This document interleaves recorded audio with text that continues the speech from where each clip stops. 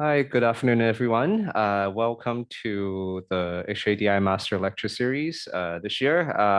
As you see, it's titled Swiss Inspiration. So there's been a series of really exciting and interesting Swiss-related design topics and lecturers who have been hosting lectures in the past week, and it will continue on until the 9th. So please welcome to join the rest of the Master Lecture Series.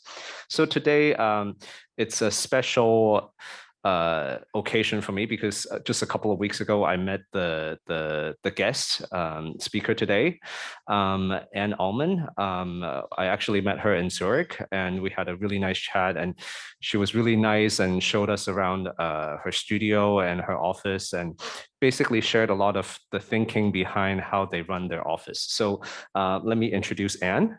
Hi, Anne. Hi, Henry. Hi. Hi. Hi. So we've got students kind of filtering in, but welcome, Anne. Let me introduce you very quickly, and then I'll pass the mic to you soon. Anne Uhlmann studied architecture at the ETH, which is the Swiss Federal Institute of Technology in Zurich. Since her graduation, Anne has worked as an architect internationally, including working at Hariri in New York. She also worked as a project manager for sorry, I'm going to butcher the name, a lecture hall at the University of Zurich, but it's the Haldovik, something like that. Haldeliwag. Okay, thank you. Sorry. In 2003, together with Urs Birchmeier, she founded Birchmeier Uhlmann Architekten, which is the Bir Architects. It is one of the prominent Swiss architecture offices that promotes and pushes the definition of public, residential, and educational architecture in a new way. Since its founding, BIR has won several major public and private architectural competitions in Switzerland. With their accomplished buildings, the work of BUR is a perfect example of architecture in Switzerland today, and is perceived and implemented as part of the future of oriented societal development. In today's lecture, we're very happy to have Anne share with us hers and her practice view on densification of cities and how their social changes require constant reinterpretations of function and program. Monofunctional residential buildings are evolving into hybrid programs and diverse living spaces. Schools turn into learning workshops, and meeting places and hermetic museum buildings turn into cultural spaces.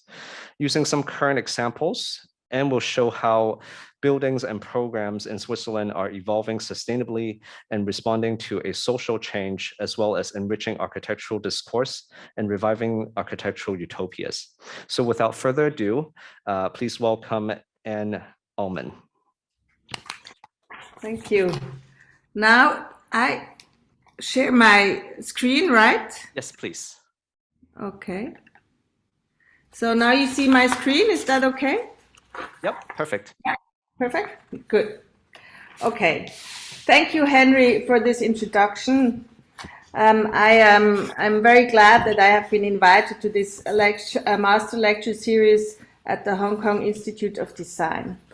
And I also would like to thank Yi and Keith and you, of course, who came to visit us in Zurich for this inspiring exchange. And of course, a special thanks goes as well to Michael Krohn from the Zurich University of Arts, who initiated the contact.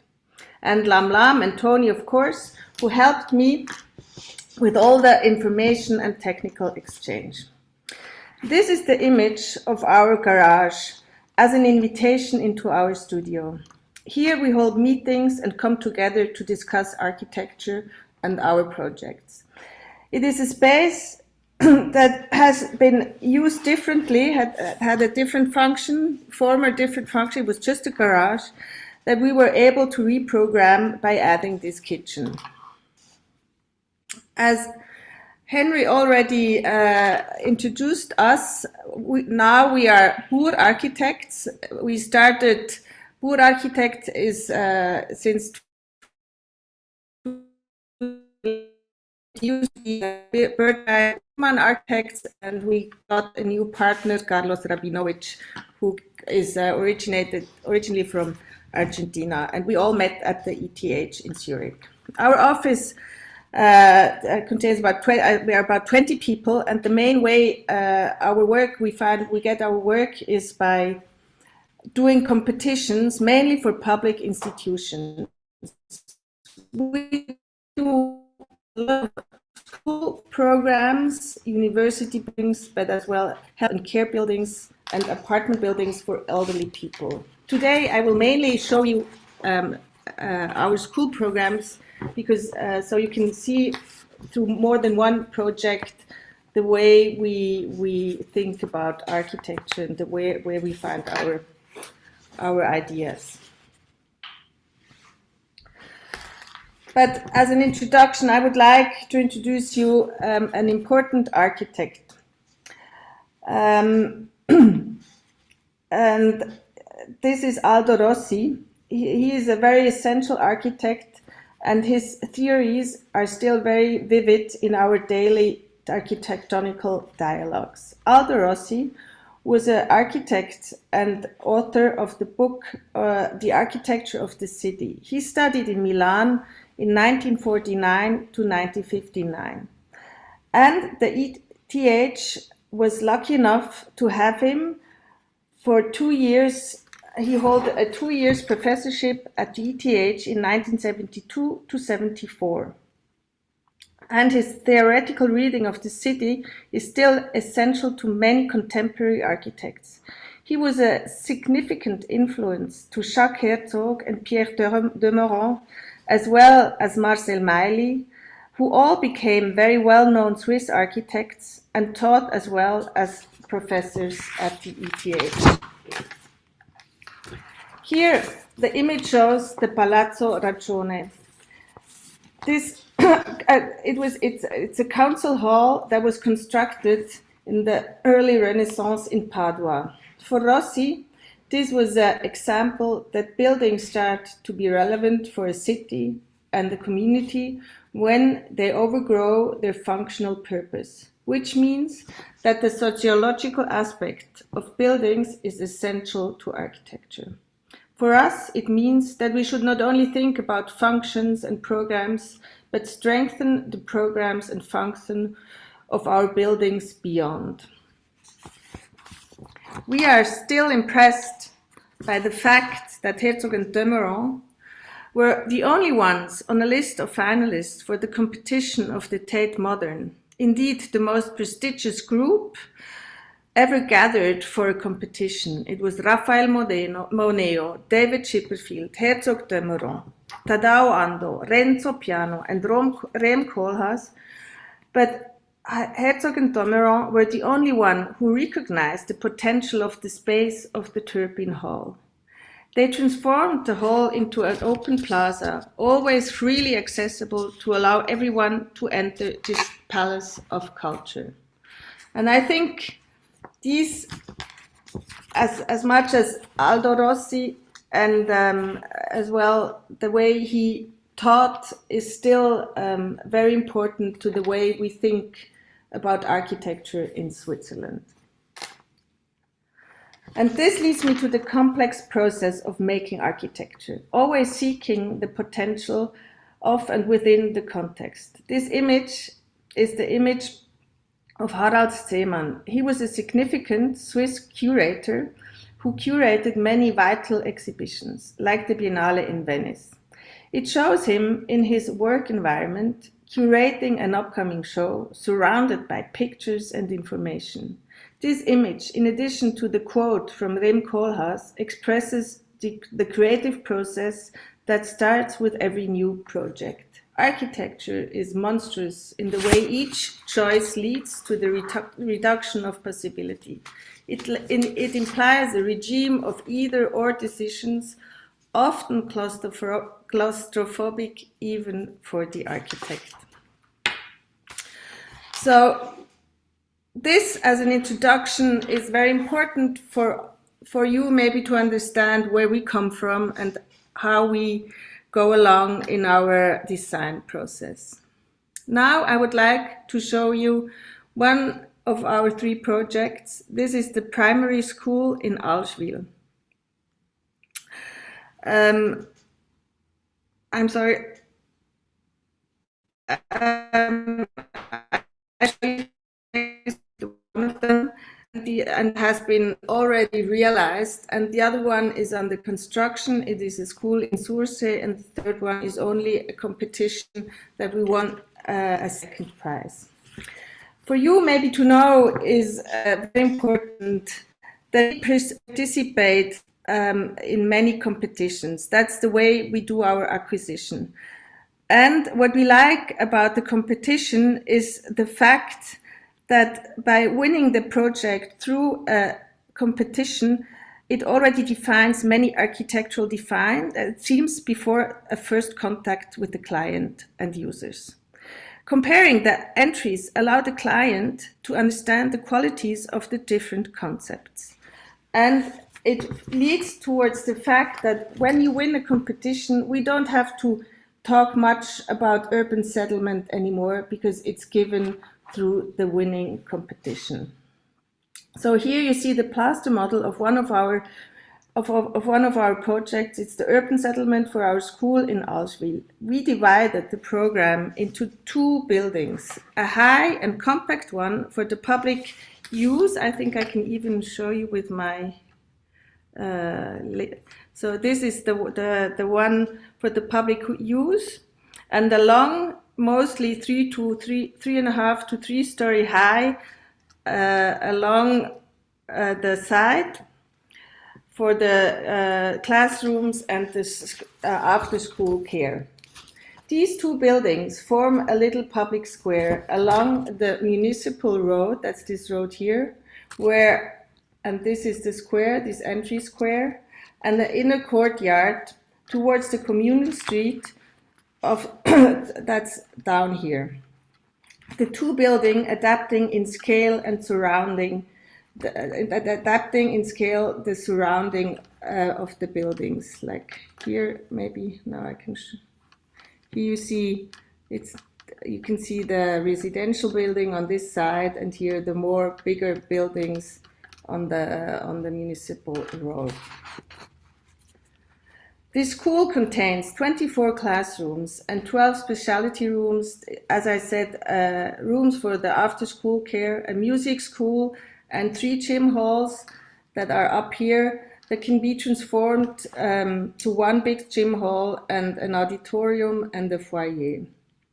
For us, the working title was Public Stage and Urban Space, because we were trying to give as much urban space back to the community, because schools in Switzerland are always public places, they are not closed in, they serve for after school recreation areas and are visited very often with families to use the playground on the weekend. So here you see the 2 sections with facades who show the relation and scale of the 2 buildings. Here, the highest building for the public building that contains the gym hall up here, and then on the lower part, you find the auditorium and the big foyer that's connected through this upper piazza, and the long sections through the school that are actually like 2 schools going together, bridging this huge hall, which is our outdoor hall and that we like very much. And on the lower section, you see the section through the public building with the gym hall lying above the auditorium and the foyer, making the ground floor of this school highly accessible from all sides.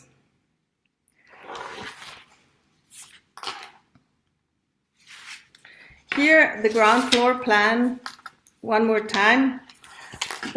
Here you see the auditorium that can be even enlarged by opening this wall from the gym room. Then this big foyer, and from the streets you can walk through this foyer and open up all 3 rooms to the outside and connect the inside to the outside. And here you have this playground that connects to this covered hall, where that is used as an entrance hall to the two sectors of the school. The lower part for the small, that's only 3 stories high for the smaller kids, and the bit higher part of the school that is 4 stories high, but only show 3.5 for the bit older kids. And for us, it's really very important to make this whole area as accessible as possible. So here you get this little piazza to the municipal road, and then you go down half a story to this inner yard and huge playground. Here, an image of this covered hall or stage, how we like to call it. And we were very happy to realize that this is like a room that's more than just a roof. It can be really it can be really of multi-purpose. And here the proof, it was the first day of school, where the head of school sent us this picture, and you see all the children with their parents and the teacher welcoming the kids into the new school.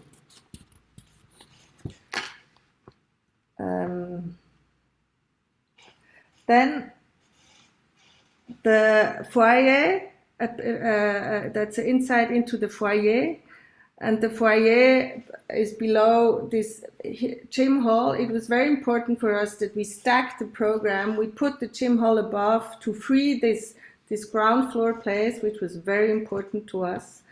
And you see the big foyer that can be connected to this auditorium or multi-purpose room that is being in transformation to a meeting for the city council that uses these new rooms very often. They are booked very often as well for the weekends, for any kinds of events. And I think the community was very surprised to see the robust system we created here with this layout of our competition entry.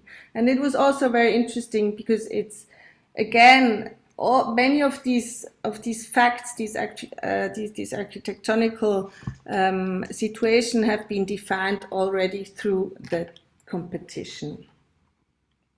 Here, the image into the sports hall that can be divided with curtains into 3 small halls, and this surrounding visitors tribune that can that allow parents. It's mostly used for a sports event with for children sports events, and so the parents can go up there and watch their children play when they have matches or any kind of things like this. So here again, this ground floor plan where you see this circulation around this gym hall, the public in the public building, and the circulation in the school part that is structured by 3 courtyards to allow these sectors to be used independently and that are being bridged and connected through this middle part.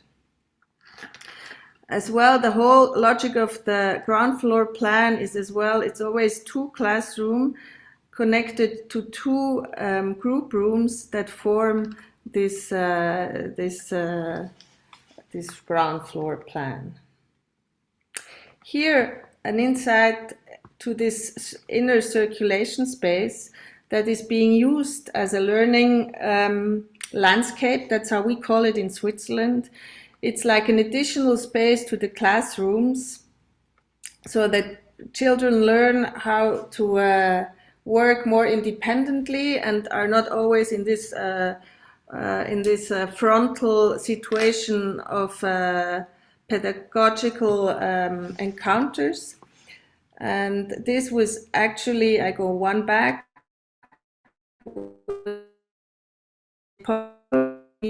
the fire escape on the outside. So the fact that the escape situation is on the outside in this house allows us to really freely program the whole inner part of the school.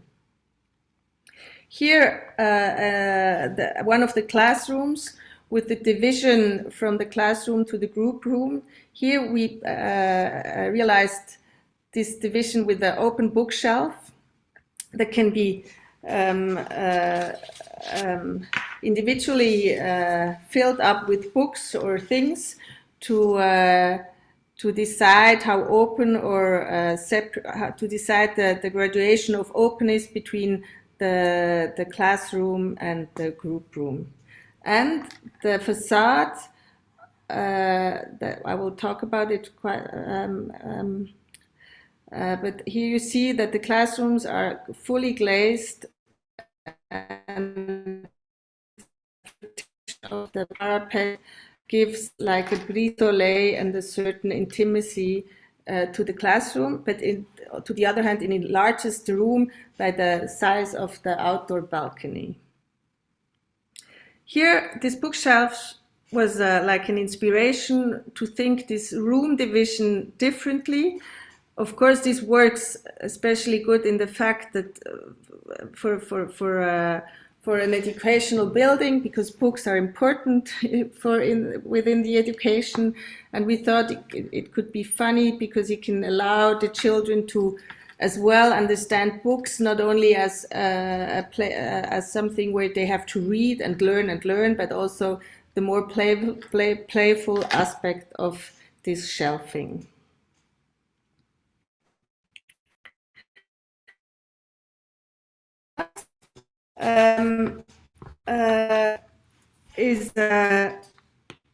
Was actually the most difficult part of this school, because we had this school with this outdoor balcony, escape balcony, and the facade was being constructed only by this railings or parapets of this balcony, and it was a big question how we can give this school with this balcony still a very physical presence towards the outside. And that's why we decided to work with these tubes that go around, and the tubes create this massiveness or this solidity. And we colored the tubes within a color concept that colors are found within the nature and atmosphere. So the school gets, even though it's very, there are a lot of colors and it's very shiny in a way, it still adapts very easily to the surrounding and to the atmosphere. Here, a model we did in our office to see how this, how big these tubes have to be so that they work, and how high so that they're still safe for the children, and how do we work with the fact that the children should not be able to climb up there and fall down. And we even had lawyers in this whole discussion to be sure that we are doing the right thing here. Here, another model of this facade that we tried with these, how we can mix these color so that all together, when you look at it from the very far away, it starts to be like a rainbow, and then the closer you come, you see the picture, like the pixel of this facades, the color pixel of the facade. And it really works very well. When I go there, it works even if when the sun shines, of course, then the more shiny parts show more, but it works as well when it's a gray day like today. So this was our first school I wanted to introduce, show you, and the next one is the one that is under construction right now. It's our secondary school in Sursee. And here the working title again was Bridging School and Urban Space. And I think we work a lot with the fact that we try to, how do we organize those given programs? Here the program was 14 classrooms and 4 specialty rooms, again a big sports field, 3 gym halls that can be put together to one big gym hall, and an auditorium with a foyer. And again, this school has been in a very dense situation. It was as well a one competition, and I think the main task was to define a fluent transition between the recreational space for the school and the public among the small creek. Here you see this small creek. Here you see our new school. Here you see the field of the school, and next to it there is a huge, already existing gym hall or sports hall. It's for big sports events. Even on this side, there is this big sporting events happening. So the main task was in this actually highly public settlement that we have here, how to position a school that has enough privacy or enough space to create their own little cosmos in comparison to this public spaces that are around. One more time, here you see this situation plan of our entry, the school, the sports field, this other sports and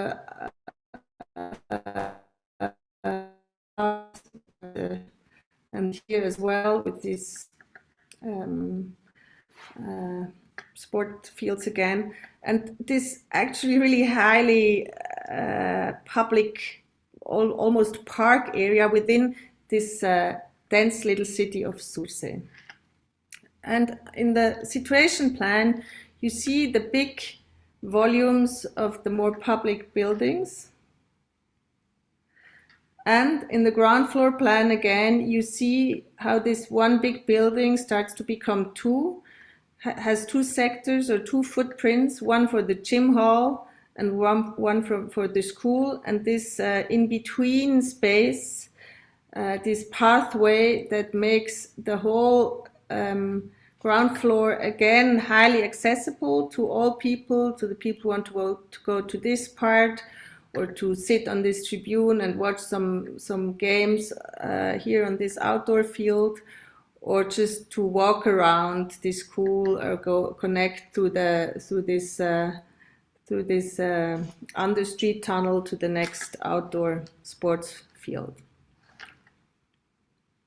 Here, this image of this pathway, the school that sits above this, it's like the school is sitting on 2 elephant legs. One is the sports hall, the gym hall, and the other one is like the public part of the school, the auditorium with the foyer that you see here. Oh, sorry.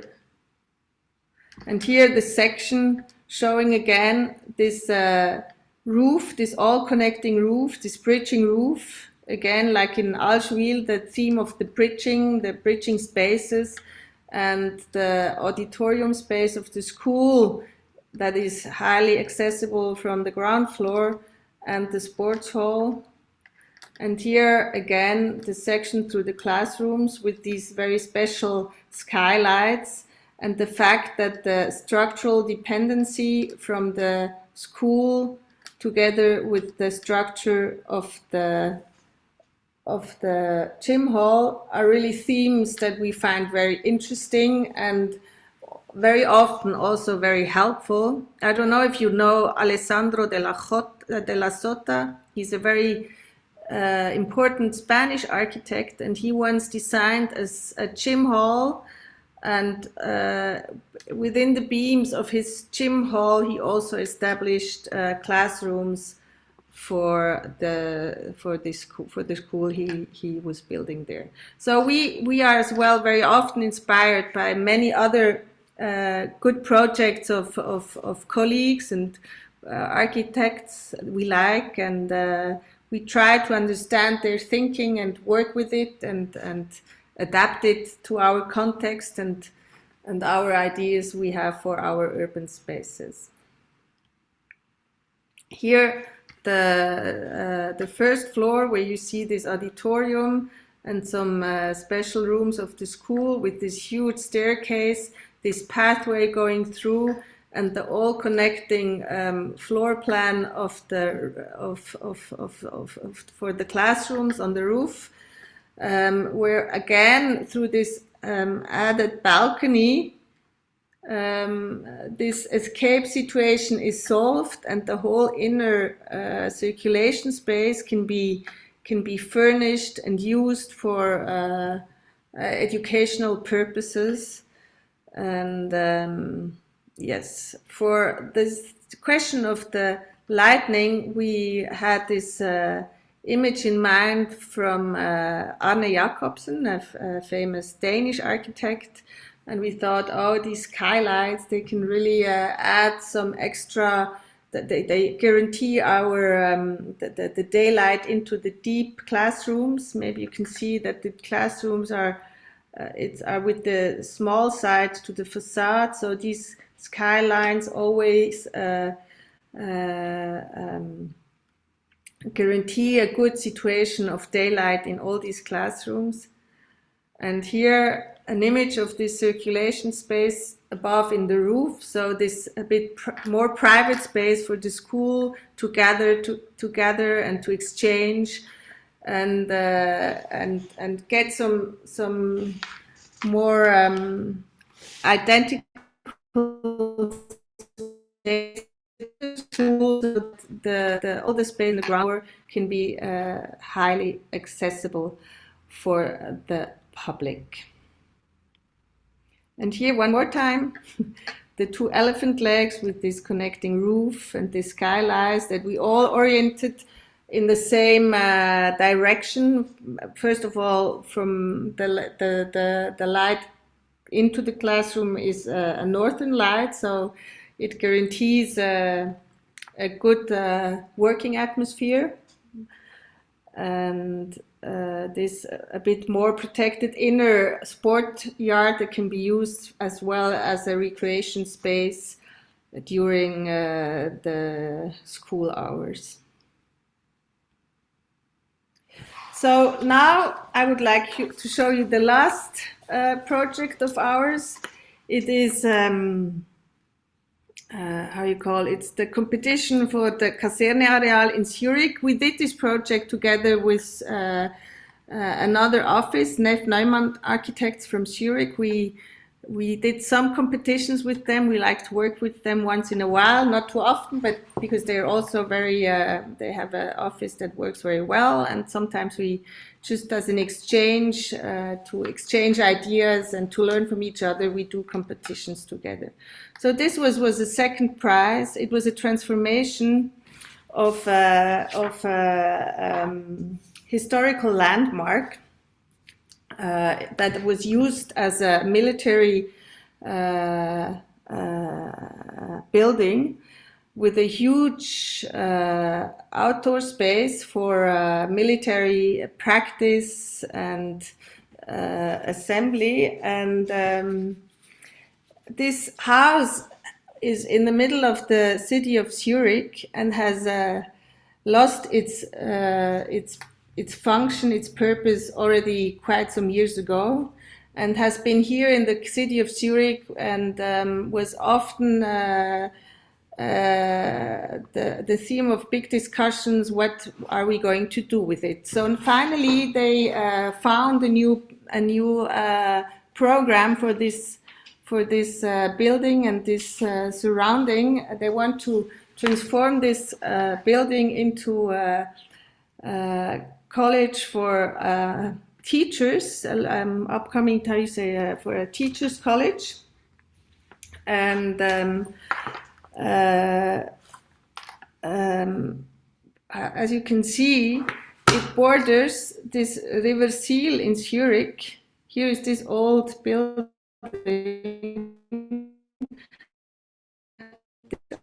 This belongs to this building.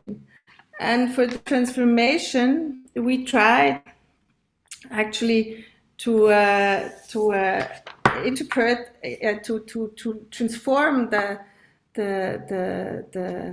building's attitude towards the park, because nowadays this is like the back side of the house towards this big park, and this is like the front side towards the city and this river. And we try to make this transformation so that the building gets a new image, a new face towards the park. We did this by adding this very architectonical archetype of an arcade, of two arcades connecting this whole situation to the park, and creating a space, a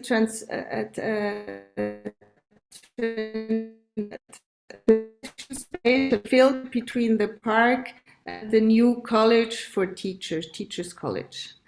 So you can access again still through this main entrance to this park, and here we created two flat platforms with these arcades and a library below and some auditorium rooms on the other side.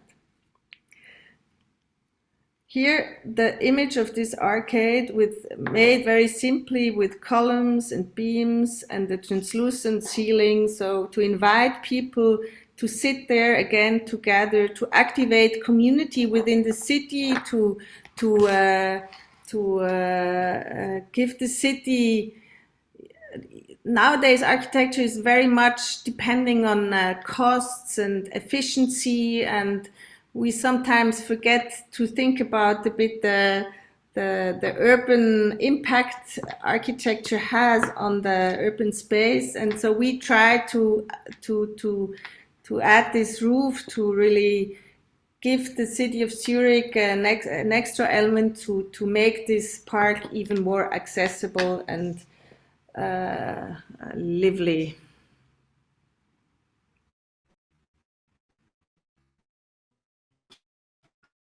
Again, we work with a lot of references. This is a reference by Josep Plečnik. He is an architect from the early 20th century. He is a Slovenian architect. He was one of the best pupils by Otto Wagner in Vienna. He was actually working for him and had no diploma, no school diploma, and Wagner was really very fond of him and allowed him to enter the master class of arts in Vienna, of the School of Arts in Vienna, where he graduated as the best pupil and won a lot of important competitions afterwards. One was as well in Czechoslovakia for the big castle. And anyhow, Plečnik went, after his studies in Vienna and in Czechoslovakia, he went back to his hometown, Ljubljana in Slovenia, and he did a lot of transformation within the city, within the public spaces of the city. And this is another arcade which is used on Saturdays for the big market, and it's really a fantastic situation. And it's worth to go and visit, because even though his biography, he seems to be a bit a strong person, or almost a bit very not very open-minded in the first sight when you read about him. But when you see what he did, you see that he really brought a huge human scale into his architecture, and we really love this project a lot, and it's very important to our way as well, how we try to develop our things. And here, so next to the arcade, we also had to transform this. We had to bring this program into this existing building, and we wanted to somehow not change the outside the outline of the building, the facade. So we created this inner space connecting again all these classrooms into a space where people can meet, talk, work together, and you can see this image we had for this space, this in between, this gap between the facade and then the classrooms, where the light was could be controlled by curtains for meeting within students from two different classes, or to establish working projects, or to whatever. Again, a kind of a space that has not been asked for in the program, but that we thought that could really give this program a bit. Here, outside of this old military building with this arcade, that now all of a sudden through this arcade, a very small and not very complicated architectonical construction, who really turns this back facade into a front facade. Yes, that was about what I wanted to show you, and I hope I could give you a bit an insight to the way we work and we think. And yes, thank you for your attention.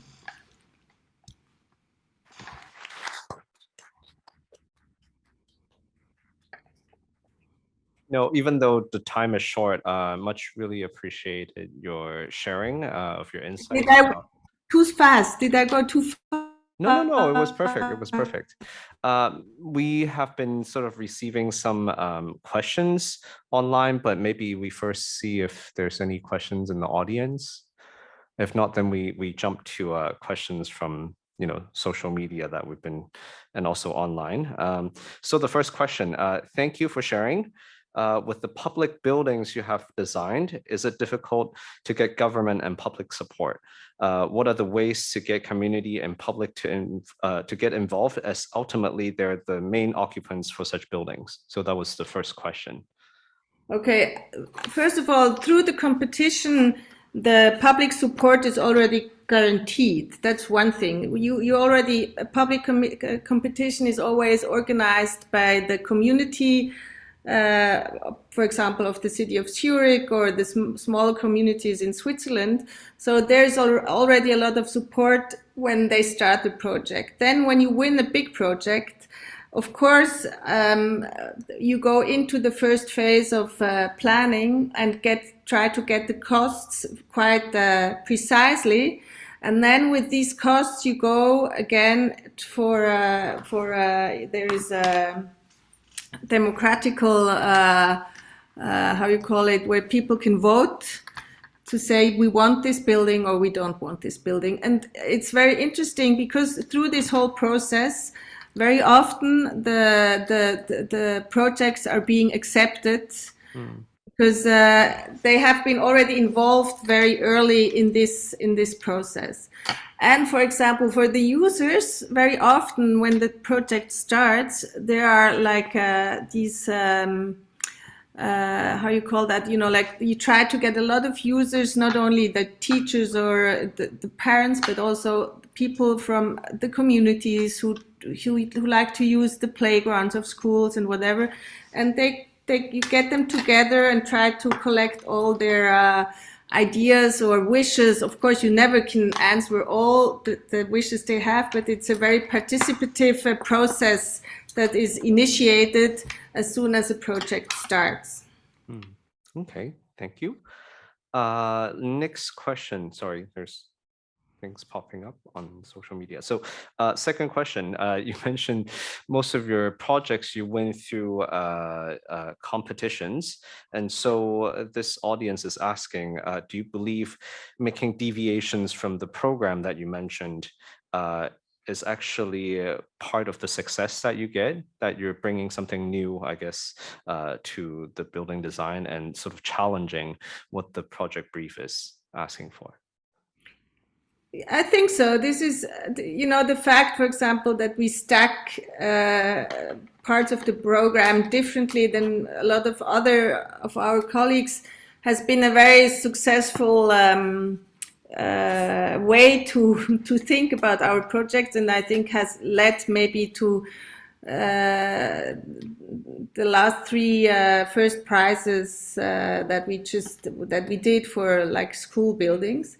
But yes, I guess the fact that we not only try to think about the building itself, but what can the building bring more or achieve more, and not to understand room only as a beautiful almost artifact, but more as a space that is for a community. I think this definitely helps us winning some of the projects. Yes, maybe not all, but yeah. But you've been doing so well with competition, so that's very good. I guess we have time for one more question. Let's see this one. With your expertise in dealing with condensed programs, what suggestions or recommendations would you have for Asian cities in dealing with hybridizing of building functions, as with comparison to Switzerland and other European countries? Population density is much higher in Asia and cities continue to grow. So I guess it's asking about, do you have any recommendations for dealing with density? Yeah. I think with every, always the question of density, the impact on the public space becomes bigger and bigger. And I think if the city is should not, I mean that's something that's also happening in before, like all the public schools were always they always were within the city, and they had like a little park around them almost. And now all of a sudden, with the new developments in the city, they realize, oh, we forgot the school, and the school start to become very small spaces to be built on. So through this density, the impact on this what can the school or what can these buildings give back to a community becomes even more important. And I think it doesn't matter if this is for residential or for schools. I think it is important that there has to be spaces for people to interact, to meet, to understand each other. I think this helps a lot to keep a community healthy. And so I guess that's always what it's just something very little, but is it a nice entrance hall, or is it a roof garden for everyone? Or I think you always find some spaces to create within within a very dense situation. I think that's great, because through your buildings and through your explanation about your designs, your buildings really create rooms, ability for communities to really have the flexibility in engaging in various activities that are not just sort of framed and are cookie cuttered, that there's flexibility for different kinds of community engagements. You mentioned about town hall uses, for children to come in. So that sort of plethora of activities is really beneficial to the sustainability of these communities. Maybe one more question just popped up. Maybe we can have one more, if you don't mind. What do you think about when designing a building? Is there more to it than thinking about theories, looking up to other practitioners, etc.? Say that again. I think asking about maybe where you draw your inspirations. Are they from theories, or do you look up, inspiration from other practitioners, other architects? I think it's always very connected. I think our architectonic idols, architect idols, very often are people who did not only work theoretically, but also proved their knowledge through their buildings. For example, Renzo Piano with the Centre Pompidou, together with Richard Rogers, who was maybe underlaid by the theoretical part of Cedric Price. They all met, I think, in London at the AA.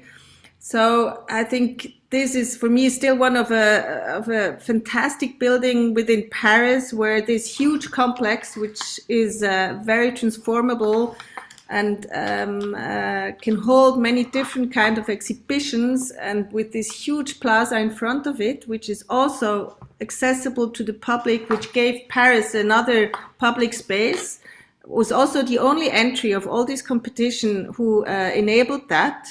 Is, I think, these are our how you say, important influences to our office and to the way we work. But of course, we always check our design with also actual competition entries to understand what are we still understanding what's happening within our community, or do we have to adapt, or do we have to become more and more precise? I think that's also always something that is, of course, it's never stopping, and that's also the beauty of our job, that you get influenced and inspired the whole time. It's wherever you are in the world, it's like a constant inspiration. Yeah, we question and we challenge and we evolve. Yeah. Mm-hmm. That's great. Okay. Thank you once again, Anne, for sharing. I don't know if there's any other questions in the audience. If not, then this concludes the lecture. On behalf of HADI, would really like to thank you and hope to see you here in Hong Kong, because we were talking so much about, this kind of exchange between Hong Kong and Switzerland culturally. Yeah, I would love to. Yeah, so hope to see you here. Yeah. Thank you. Thank you once again. Yeah. Okay, thank you. Bye-bye, honey. Bye. Thank you.